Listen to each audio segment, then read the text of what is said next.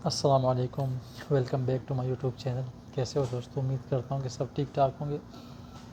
تو آج لائیو آنے کا اور ویڈیو بنانے کا مقصد صرف یہی تھا کہ کچھ میرے دوست تھے جو پاکستان میں ہے اور دوسری کنٹریز میں بھی ایک آدھ ہے، وہ یہی کہہ رہے ہیں کہ آپ لوگ ساؤتھ کوریا میں جو لوگ آ جاتے ہیں نا E9 ویزے پہ، اور وہ وہاں پہ پھر یہ اپنا ویزا کس طرح چینج کرتا ہے، مطلب یہ کہ ساؤتھ کوریا میں E7 ویزا کیسے حاصل کر دیتا ہے، اسٹڈیز کی کیا پروسیجر ہے اور